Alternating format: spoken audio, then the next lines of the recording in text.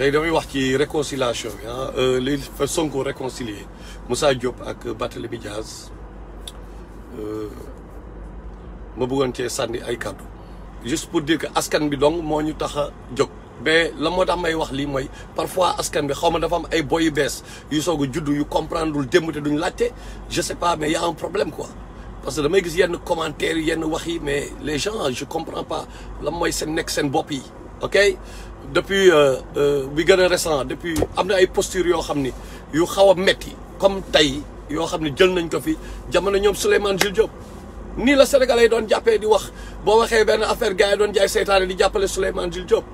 ah même instant bi naan way Karim Wade nous étions contre Wade mais bu ñëwee taxaw mu ne Karim Wade góor jigéen la nangam mais ñëpp di taj parce que dañoo contrôler Karim Wade di wax yu ñaaw ci yaayu Karim Wade amin même bu dee tubaab xam nga gars yi ni ñu mel rek nit la yàlla bu créé am na yoo xam ne dafa rafetul loolu bekk nuy daa la mais moment yooyu dañuy ñëw di tàccu Sénégalais yi dañu tàccu quoi dañuy ñëw boo waxee mel ni amin ay wax yu doy waar ñooñu après ñoo war a jiite après voilà depuis boobu qu'est-ce qu'on a fait encore une fois dama koy rappeler depuis 1960 lan la ñu def remplacé par le PS par un autre PS qui s'appelle PDS remplacé le PDS par un autre PDS qui s'appelle APR te instant nous sommes en train de remplacer quelque part de remplacer cet APR là bu ñu def attention dañ ko remplacer par un autre APR dañ def attention donc lu ñu war a def mooy faut concentrer wu ci pas seulement ci Macky Sall nous devons avoir l'œil sur l'opposition aussi ku ci nar a dérailler ñu teg la ci raay yi parce que tey jii Alé Fall tey jii nañu waxante dëgg nañu waxante dëgg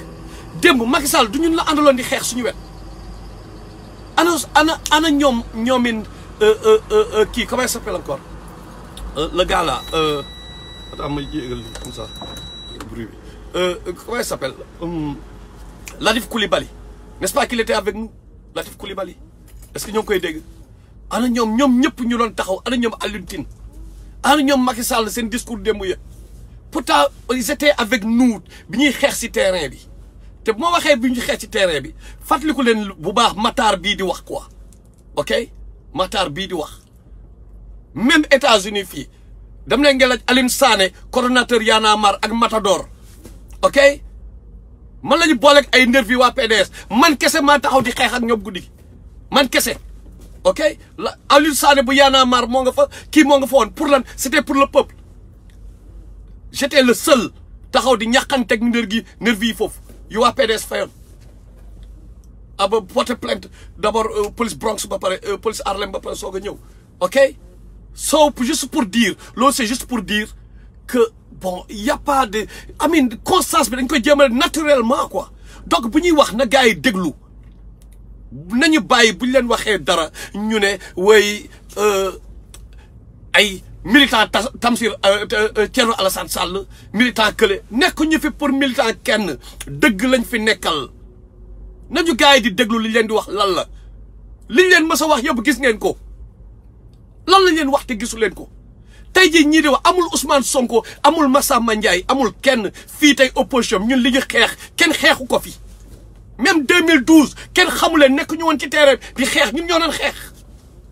ñeneen ñi doon àndal di xeex ñoom ñëpp corrompre nañ leen dem nañ seen yoon waaye Y'en a marre ñoom ñëpp encaissé nañ seen xaalis dem seen yoon ak ñeneen ñoom Alioune Tine ana tey waa M23 ñëpp sont corrompus dem seen yoon ñun rek ñoo fi des ci xeex bi 88 ba léegi ñun kese la donc bu ñuy wax xanaa nag prouvé nañu ñu déglu ñu ak xel donc Ousmane Sonko bu jaarul yoon dañ koy wax bàyyi leen seen affaire yi ngeen di def bàyyi leen li ngeen di def ngeen xalaat seen bopp Ousmane Sonko moo leen gënal seen bopp yéen ñooñu ñi may wax mooy ñi nga xam ne ku wax Ousmane Sonko ñu saaga la wala ñu yow kii wala bañ a nekk nit Ousmane Sonko moo leen gënal seen papa ak seen yaay moo leen gënal seen doom yi dama jël Ousmane Sonko en exemple rek mais dama ni bépp politicien ku fi bëgg a nekk président tey est-ce que moo la war a gënal sa famille yow moom bu nekkee président il a tous les privilèges est-ce que li muy am ci privilège ñun ñu teg ko est-ce que yow moom ngay am waa ji bu nekkee ñun dañu toog ba ay pourriture ma toog benn instant Françoise Hélène Gueye genre yooyu pourriture yooyu di oser naan dañu xeex pour nekk dara ci réew mi xam lan la ñuy nekk après lan la ñuy nekk ba pare yéen ngeen seetaan leen ma gisee ci ay liste ay Idrissa Seck ay ñoom Idrissa Seck pourriture yooyu xam la lay signifier moom mooy bu nekkee président Sénégal wala pourriture bu nekkee njiit leader biir Sénégal moom mooy njiite sa papa mooy jiite sa yaay mooy jiite say doom mooy jiite sa sëriñ sax même xalif généraux murit yëpp laa murit Tijaan Laayeen yëpp xalif généraux yëpp kooku mooy nekk seen président yéen di ngeen nangu loolu non damay wax est-ce que ku nekk di nga nangu n'importe qui nekk sa président wu papa est-ce que di nga nangu n'importe qui nekk sa président wu yaay di nga nangu n'importe qui nekk sa président wu sëriñ nañu waxante dëgg sénégalais yi soyons sérieux quand même ah Ousmane Sonko keroog wax naa leen ko fi dafay def ay erreurs cela ne signifie pas que bu ñuy wax dañuy dénoncer yenn yi ça que way dañu acharné wu que non ku farul ci ku créer Sonko rek parce que feneen nga far bàyyi leen seen esprit boobu bàyyi leen esprit boobu nit ki bu déconné ñu teg ko ci raay yi c'est pas parce que dañoo far feneen non c'est pas ça c'est parce que bëgguñu ko ñu naxaat parce que dañoo yàgg a nax te ñu daan nax dañu doon gëmloo suñuy xarit lañu nekk ak ñun lu ne ñu wax ñu ko moo tax dañu teel a teg affaire yi ci yoon ça c'est de deuxièmement il faut que sénégalais yi ñoom képp kuy falu après mu comprendre ne man de doole moo ma teg ci pouvoir bi dëgg moo ma tax ma def kon bu ma jalgatee de doole bi teg ma ci pouvoir bi bu ma jalgatee dañu dal sama kaw mais bu nekkee affaire suiviste la affaire mouton la ñuy falee gars yi lépp ñu ne samir naa wa atax naa bu nekkee président dafay fuuy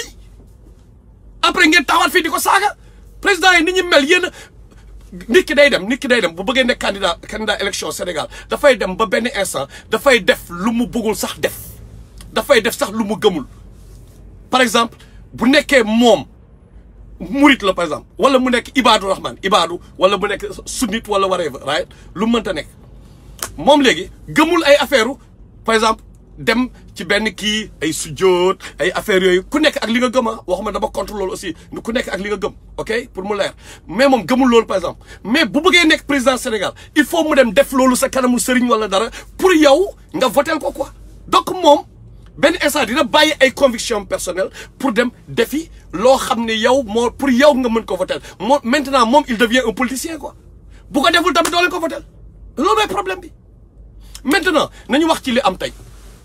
taa yëpp maa ngi wax Sonko Atepa je suis pas d'accord je vous l'ai dit Sonko ma ay ñu pareeguñu Atepa Sonko dem ci Bougane te Bougane keroog la giseet fii ak Macky Sall avant-hier la gisee ak Macky Sall est-ce que bi mu gisee ak Macky Sall ñëw na taxaw ne comme ni ko Ousmane Boubacar Camara ni mu ko defee keroog est-ce que ñëw na taxaw mu ne man de ak Macky Sall lii ak lii la ñu waxante mais waxu ko defu ko dafa gisee ak Macky Sall ñëw kon ne Sonko di affiché wu ak moom mais y a un problème je suis pas d'accord parce que wóolu man personnellement ku mu neex la nga wóolu mais man wóoluwuma Bougane parce que ku bëgg Sénégal wax dëgg yàlla Sénégal kes taxul a jóg nga am télévision bu mel ni sa télé di nga def tout pour que li yàq Sénégal bañ a daw sa télé mais émission yi daw sa télé lu 80% lu yàq Sénégal wala affaire de xaalis ok ay affaire émission bi na dox comme par exemple comme keroog 2STV ay ku mel ni gel boobu pata boobu laa nu mu tudd excusez-moi terme ku am yaram ki j'ai oublié son nom là di mu nekk 2STV def confrontation xaw ma ah ndaw soosu par exemple mais ay ñoo xam ne dañoo xaw a manqué lay ñëw di teg juste pour se faire de l'argent sur le dos de ces gens indi benn gel xale boo xam mongol la ah juste pour se faire de l'argent sur le dos de ces gens là sénégalais ñëpp di seetaan di tàccu ay ñaata vues loolu est-ce que bu ñu ko defoon donc pour dire que ku mel ni ay Bougane ah mais seen télé yi lan moo fay daw ñooñu est-ce que ils sont animés de waa Bijou Ngoné xaw ma merci Bakhaw est-ce qu'ils sont animés de volonté patriotique koo xam ni yow nee nga da nga bëgg a jiite réew mi lu yàq réew mi doo ko def mais ñoom xaalis moo leen tax a jóg donc Sonko bu waxee loolu mu affiché ak moom man problème lay nekk peut-être yéen du problème si mais man problème la ci man quoi parce que faut pas être omnibulé par le pouvoir aussi bëgg nekk parce que loolu laa commencé gis ci Sonko quoi mooy dafa mel ni pouvoir bi léegi moom na falu rek quoi ku nekk ngay àndal ñun bi ñuy jàppale Sonko kenn gars yi 80 ñu bëri ñuy wax fii xamu leen Sonko xamu leen ko ñun ñoo njëkk a ñëw ne you know what Macky Sall baaxul gars yi te bokk ñu Pastef sans bokk Pastef ok ñu nañ jàppale waa ji parce que gis nañ nitu dëgg la loolu depuis le début la coow ñiy coowul tey coow lu bëri di wax xanaa bi affaire yi sottee la xanaa bi waa ji amee buzz la bu leen ñu sonal ok bu leen ñu rey wax ñun ci dëgg dañu ànd ak nit bu déconné dañ koy tegal ne ko gain yaa ngi déconné lii du dëgg te Sonko dafay déconné instant yi li muy def dara du ci dëgg dara du ci dëgg on dirait qu'il n'est omnibulé que par falu ay conviction moo tax nit ñi gëmoon ko jàppale ko même bu dee benn dërëm même bu dee benn yoon yëkkat nañ suñu dërëm def ko ci moom moment boo xam ne ñu bëri xamuñu ko fii dañu waxante dëgg dañu waxante dëgg ñii di coow lépp est-ce que alal dafa sax ci xol dafa sax ci xol ku siw nag nga defal ko dafay yom parce que dafa siw mais ku siwagul nga xalaat nga am ci kii loolu defe naa dëggu mooy tax ñu koy def quoi mais dafa commencé déconner tey jii affaire Barthélémy Dias ak kële lu ci yoonu Sonko ba ngay jubale ki pel sa affaire gayen lu ci sa yoon la mooy lu ci sa yoon mooy mais li leen boole mais du alalu seen alal personnel quand même ñoom ñaar li leen boole mais alalu réew mi la kii ne da ngaa sàcc ci réew mi kii ñëw ne sàccu ma waree fa affaire mais ñu ñëw rek toog ba mu yàgg rek ñu juboo nii quoi juboo après on passe à autre chose mais non suñu alal ñun la ñu sàcc dafa war a leer donc ñoom ñaar mënuñu amandoo raison Sonko nee nga way léegi dama dem jubale leen comme ni ñu koy waxee réeroo amul ñàkk waxtaana am mais réeroo amul ci loo xam ne ñun suñu alal la ñun sénégalais ah mais du ay affaire de réeroo du affaire de waxtaan Barthélémy Dias duñ ko képp dañ ko képp balaa ngay diil di dugg ci ay wax dañoo toog nga toog en plus Barthélémy nga génne ay documents ne gain bi c'est un corrompu teg ko ci table bi nga ko teg traite de gars de vermine l'autre aussi il te traite de tous les noms d'oiseaux mais le gars c'est un avocat xam na nu muy gérer dossier am nga xam ni dugg nga daf la nar a képp nga dem woo Sonko pour Sonko dem defal la kii ah mais affaire bi du seen alal moo nekk en jeu ah bu ñu waxee gars yi naan way yenn say xaw ma gars yi lan mooy seen problème ay jubale ay nit ay ci sunna la bokk mais jubale ay nit ci ay fen ci sunna la bokk wax leen astafurlaa yéen ñooñu di wax ñoom ñaar am na ku ci fen donc ñoom ñaar bi ñuy xuloo seen problème personnel ñoo tax ñu juboo ñoom ñu xuloo ñoom ñaar non problème mu Sénégal moo tax ñu xuloo ñoom ñaar li ñu sàcc sénégalais yi moo tax ñu xuloo donc génn na seen loxo ñoom ñaar dafa dépasse seen loxo donc buñ ñu rey ak juboole ay kii Sénégal nañ nekk nit te bàyyi leen diine bi ngeen di dugal ngeen dem jàngi balaa ngeen di waxi sunna dem leen jàngi yonent bi mooy kan na la doon defee ñett yi boo leen ko boolewul doo leen mës a xam tous boo leen boolewul alxuraan ak xadis ak siira ñett yi boo leen ko boolewul doo leen mës a comprendre dara moo tax chaque fois nit ñi di balancer ay affaire sunna ay alxuraan hors contexte même ci télé bi da ngay gis ay oustaz di wax mais hors contexte parce que boolewuñu ñett yi lay amatul alxuraan bi c'est traduit dans toutes les langues même bu nekkee tamit mënuñu traduire yenn ci arabe classique am na imam ay boromi xam-xam ci adduna bi yoo xam ne ñoo ngi wax ñu jàng am xel di toj de manière académique bàyyi leen li ngeen di jaxase donc du ay affaire de jubale ñaari nit Sonko yoonam nekku si parce que falu lay wut ay nit lay wut parce que xam ne Sénégalais yi dañoo émotionnel way affaire simple comme déjà ñoo bëgg soo tombé dans le panneau quoi parce que ñoo ngi naan waaw ndox kii la moom ku baax la moom wax daal jubale ay julit jubale ay nit mais ñoom ñaar am na ko ci sàcc kii dafa ne Moussa Diop sàcc nga Moussa Diop ne kële sàcc nga ñu ne non waxtaan nañu à l'amiable donc léegi ñoom ñaar ñëpp kenn du ci sàcc donc ñoom ñaar am na ku ci nekk sàcc donc waxtaan nañ jubale Sonko sauvé nga benn sàcc protégé nga benn sàcc parce que ñoom ñaar ñëpp mënuñu innocent am na ku ci wax dëgg donc bi nga waxee waxtaan ngeen da ngaa jël dëgg bi nga teg ci sa tànk pour say intérêt personnel pour nit ñi mën la fal Ousmane Sonko arrête il n'est pas trop tard arrête Ousmane Sonko ça exagère Tahibou Ndiaye c'était la même chose ñi ñaa ngi protéger whatever c'était la même chose avec Tahibou Ndiaye continuer nga Mansour Faye yow général nga Ousmane Sonko tu es un général amoo pour wax ak ay gobi ñankatang comme Mansour Faye yow booy deal da ngay deal ak Macky Sall nga war a dealal bu nekkee leader nga bu nekkee war nga posture leader nga waroo wax ak ay Mansour Faye come on man nañu waxante dëgg affaire ñàkk fayda la da nga bëgg jiite Sénégal da nga yor galon yi nga wane man je suis un général ay querelle de borne fontaine waroo cee taxaw ah buñ la waxee demal nga jege ñoom Thierno Alassane Sall ñoom juge dem pourquoi ñuy rey suñu bopp boobu ba léegi ça fait combien de temps ñoo ngi liggéey di ñafe pour que Ousmane Sonko ak ñoom juge dem ànd ak ñoom Thierno Alassane Sall parce que ñooñu dañoo jub te wane nañu dañoo jub ok dañ ko wane ne dañoo jub ku mu neex demal nga rechercher mais dafa yomb sama avenir doom sama doom yaa ngi dee ci gaal gi ñoo ngi jël ay gaal di dee sama doom yi ñoo ngi leen def ay góor jigéen sama doom yi ñoo ngi leen di yàq ci biir réew mi le bëgguma man maa ngi soog a am doom bu bees bëgguma doom boobu dugg ci loolu du ma xooli kan moom ma war a jiite ah demal nga dem sénégalais bi demal nga xooli kan mooy Thierno Alassane Sall nga xool kan mooy Ousmane Sonko nga xool kan mooy juge dem demal nga liggéey bi parce que yow la ci yow la sa life famille moo nekk en jeu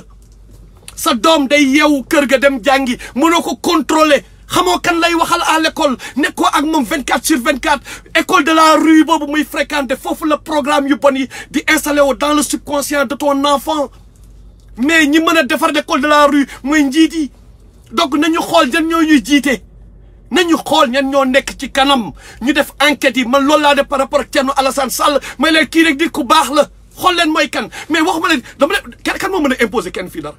mais kenn mënu ko noonu la ñu waxoon Ibrahima Fall 2012 mais ñooy leen Ibrahima Fall mooy le candidat bi gars yi war a topp kii ku baax la gars yi nelaw ba Souleymane Jules Diop ak ñooñu def campagne contre Ibrahima Fall ba tëbal ko parce que bu nekkee président ñoom dañu am problème beneen problème bi mooy autour d'Ousmane Sonko benn xam nga ndax ñenn ñi di bañ yenn yi am déglu leen bu baax ma wax leen bu nekkee nit ki dafa jege Ousmane Sonko par intérêt te dañoo bëri y a trop d'opportunistes autour des candidats et autres ok comprendre nga day am léegi bu nekkee Ousmane Sonko dafa jege Thierno Alassane Sall ak ku mel ne ay juge dem ñoom ñett bu ñu defee coalition ay ñoom boobu Boubacar Camara bi ma ko déggee keroog j'ai eu quand même foi en li mu wax parce que Rasulullah sallallahu alayhi wasallam nee na yónni wuñ pour muy lire nekk ci xolu nit yi donc li mu wax moment boobu te weereegul gisaguñu mu you know say peut-être on me dit qu'il est élitiste loolu daal lañ ma wax il est très élitiste et tout à part loolu daal gisuñu donc mën nañ gëm donc mën nañ ci boole kooku right Barthélémy Diaz whatever comme que nii la demee gars yow baalaguñ la li nga rey kenn ci ñun parce que nga rey kenn ci ñun Ndiaga Diouf ci ñun la bokk même bu dee ay PS il est du peuple pourquoi ma naan ci ñun la bokk même yenn boy yi di déconner yenn saa yi damay am envie ñëw rek mbéj leen yenn boy yi déconner yi quoi j'ai tellement envie de le faire la peau quoi parce que da ngeen a réew yenn boy yi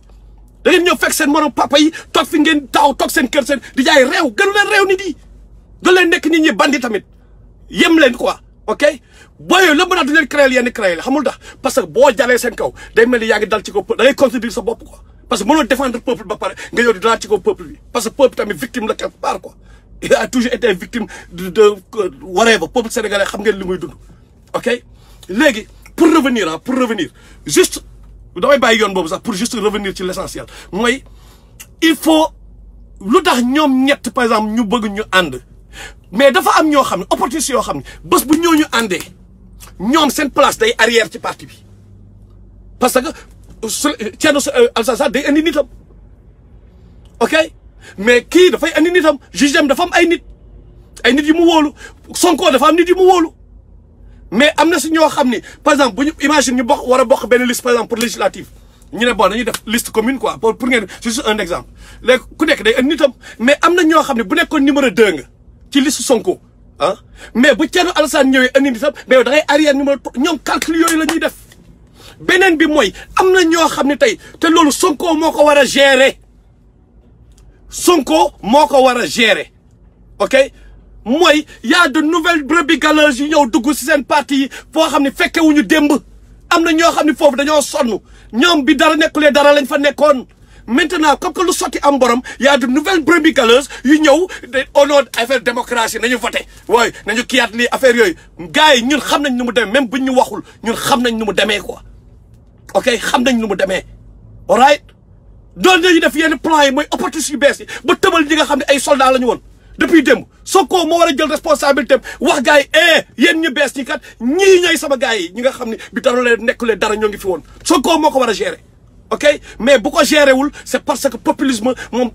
il est juste omnibulé par le pouvoir man loolu laa gis il est juste omnibulé par le pouvoir moo tax boobu ba léegi il faut ñuy ñafe plutôt pour que ñett ñi gën a set ci town bi ñu ànd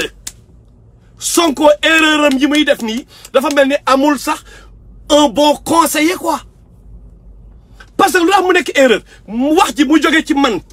wala ku mel ni ñun wala mu jóge ci yéen peuple bi moo gën mu jóge ci ñoom Macky Sall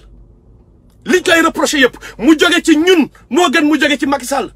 et il n'est 2024 jotagul des na il n'est pas trop tard pour xoolaat mbir yi rectifier xoolaat andi ñan ak ñan la loolu mooy objectif sax live bi mooy Sonko dafa war a xoolaat ñi muy àndal ñan la ak li muy defee nan la mu rectifier le tir ni mu daan demee kër Thierno Alassane Sall mu nekk grand frère am mu fay dem ñoom ñaar ñuy waxtaan tout le temps na dellu ci grand frère am ok na dellu ci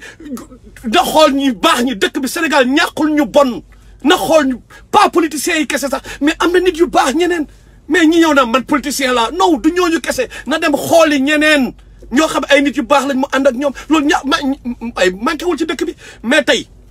boo ñëwee tey Sonko tey nga ñëw jàppale naan da ngay jubale gars yi mais da nga yàpp Sénégalais yi Ousmane Sonko non da nga ñu yàpp non da nga ñu yàpp quoi parce que da nga yàpp ñu mooy yow ngeen affaire boo xam ne affaire u Sénégal la mais nga ñëw di jubale ñoo xam ni mais am na ko ci nekk sàcc après mais et puis man li ma jaaxal ma mais lan ngay wut Sonko temps yi lan moo la tiital temps yi lan moo la tiital man temps yi dama gis ne y a une accumulation d'erreurs là xam nga un étalage d'erreurs lan moo la tiital lan moo what's going on bu nekkee dafa am loo tiital nga wax bu amee loo tiital demal ci Thierno Alassane Sall man loolu laa la wax sa grand frère te li may wax nii damay cax demal sa grand frère kooku la Macky Sall ragal Macky Sall ragalu la Ousmane Sonko xamal loolu ok ragalu la demal ci ñi nga xam ne au moins ragal nañ leen quoi am na lu ñu yor ñu ragal leen man loolu laa léegi parce que gars yi yow novice nga ci affaire bi ils sont plus puissants que toi moo tax bi muy metti benn sax mu xaw a cool da ngay daw dem Casamance bi mu xam ni gars yi il am sa pouvoir la noonu la ko yàlla defee ci adduna bi pouvoir moo demee noonu pouvoir doole la mais lenn rek moo mën a arrêter pouvoir mooy peuple bi mais peuple bi yeewoogul peuple bi yeewoogul dañu waxante dëgg peuple bi yeewoogul peuple bi mooy yeewoogul donc il faut ñu dem ak lu ñu war a demee ba contourner problème yi contourner il faut nga xool ñi ngay àndal ñan la arrête de traîner avec les gars yi nu mu ñoom Atepa rompre ak ñooñu yàlla moo yor nguur yàlla bu newee da ngay nekk président Sonko kenn mënu ci dara da ngay nekk mais bul ànd ak ay salte parce que salte yooyu suba ñooy dalaat sa kaw salte yooyu xam nga lu ñuy xaar suba nga def erreur même salte yi ñooy dalaat sa kaw lu leer laa la wax parce que ay opportuniste lañu faale wuñ la yow même Barthélémy Diaz mais il a la nationalité américaine est-ce que mën na nekk président Sénégal Barthélémy est-ce que nekkul di job ay kii personnel on ne sait pas parce que ñun ci ay acte rek la ñuy basé wu nii bon amin du ma ko reprocher lu bëri mais temps yi moo ngi def liggéey boo xam ne vraiment c'est à saluer pour waa commune am et tout mais ñun nous parlons du Sénégal instant bi nous parlons du Sénégal quand tu boo amul yow hésité woo pour tirer ci benn Sénégalais te nga xam le concept de nervi ni mu demee kañ la fi mës a ñëw ouvertement en plein jour ay nervi ñëw ñun depuis jamono Khalifa Sall bi muy nekk secrétaire général PS bi dañ daan yónnee ay nervi mais nervi ay xoqatal la ay soob la affaire yooyu loolu xam nañ ko mais ñu dem nga génne pistolet mais parce que Barthélémy Diaz yàlla moo koy weer instant bi quoi bandilu bi la bandilu bi nga yàgg bandilu moom la yàlla di weer chaque fois wooy man maay guerrier bi waaye el pistolero xaw ma lan waree ba mooy génne gën yi tiré moom mooy wax you know say bii paa nag nga dal ci Moussa Diop boobu nga xam ni ça va chauffer parce que da nga def erreur gars bi c'est un avocat moo la gën a xam loi yi moo gën a xam même buy sàcc moo la gën a xam nu muy contourner système bi donc gars yi jaay guerrier ci kanamu nit yi moo la dugal ci ay problème léegi tu es obligé dem ci Sonko pour kii à l'amiable léegi nag ñun Sénégalais yi nous devons plutôt exiger que affaire bi dafa war a leer yéen c'est pas parce que baalante ngeen seen biir mu non du alalu Sonko du alalu Barthélémy Diaz du alalu Moussa Diop alalu Sénégalais yi moo nekk en jeu dafa war a leer Sénégalais yi ñoo war a porter plainte léegi pour mu leer ñu xool kan moo ciy fenn comme ça mu nekk un avertissement pour les autres il faut mu demee noonu pour ñu mën a avertir les autres ñii di nar a ñëw après ñu xam ne Sénégalais yi foowuñu français yi tey sànq maa ngi lire Sarkozy la ñuy traîner en justice Sarkozy la ñuy traîner en justice et il risque 10 ans de prison ñun loolu xalaatoo ko Sénégal xalaatoo ko Sénégal te doon la war a demee donc dossier bii nii Sonko sa yoon nekku ci génn ci quoi da nga ci war a génn justice bi def li mu war a def ñoom teg nañu ay affaires pas en privé mais sur l'espace public à la télé teg nañu ne ñun dañoo sàcc alalu sénégalais yi loolu la ñu wax. léegi nag comme que wax ji génn na ba pare dafa war a leer justice bi dafa war a continuer ak procès bi amul ñoom ñaar non non na day jóg gouvernement bi wala whatever kan moo war a porter plainte na kenn porter plainte il faut que tout soit tiré au clair bu nekkee nag dañoo yaakaar ni parce que Moussa Diop sàcc na yor na xaalis dina mën dimbali ci élection moo tax gars yi di ñëw di def li ñuy def nii il se fourre le doigt dans l'œil ñu xam nañ système bi quoi les gens ont juste besoin d'argent benn instant moo tax yenn coalition yenn kii c'est juste pour que ñu am lu ñu campagner te épisode Karim Wade moo ngi ñëw Karim Wade et ses 10 millions épisode boobu moo ngi ñëw Omar Sarr moo ngi ci gouvernement bi ah li ma wax nii nag c'est à suivre Omar Sarr dugg na ci gouvernement bi l'épisode Karim Wade moo ngi ñëwagul li wërte wóor mooy andil nañu ku mel ni Thierno Alassane Sall moom andil nañ ko valise mu ne jëlul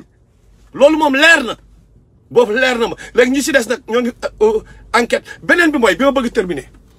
xam nga moom laay terminer juste mooy peuple bi encore une fois sama boppam ma la gënal du bañ naa la ok ñun dañ ñoo teg ci benn culture mooy lan mooy chaque fois politicien bi dafa war a nekk mel ni dañ ko war a teg ci benn piédestal moom après non politicien bi sa mbindaan la njiit bi sa mbindaan la quelque part nañu bàyyi affaire nawetaan nañu jiital suñu bopp nañu jiital suñu famille xanaa gisu leen li xew Sénégal les Sénégalais gisu leen li xew Sénégal xanaa gisu leen xale yi di dee ci géej gi xanaa gisu leen li bon li am Sénégal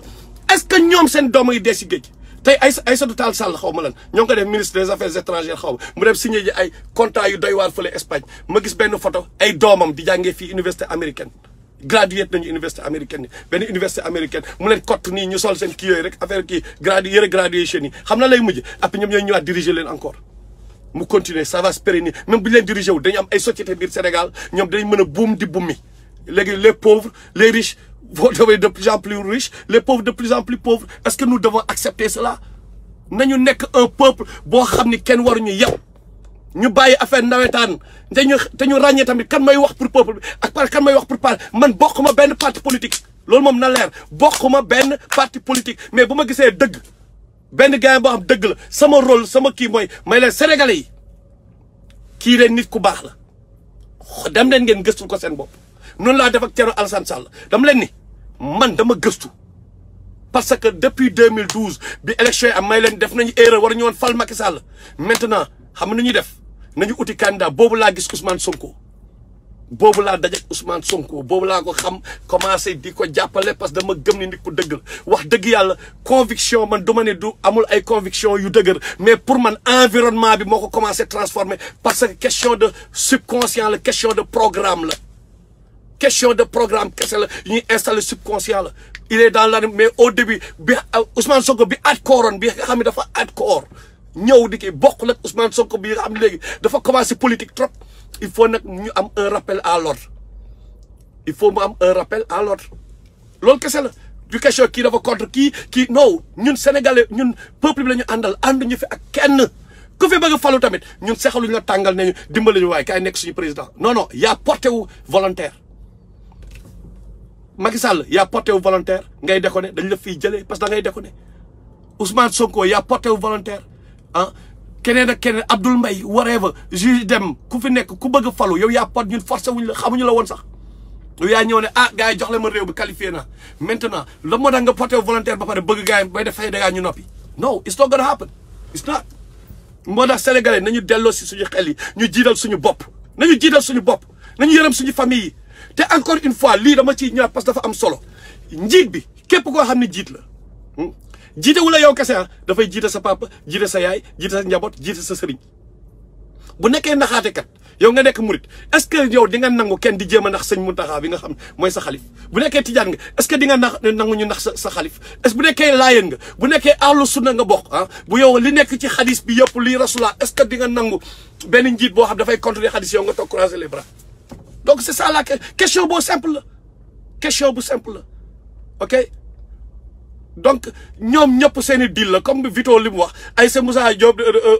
Bat qui a accusé Moussa Diop de voleur nangam beneen bi mooy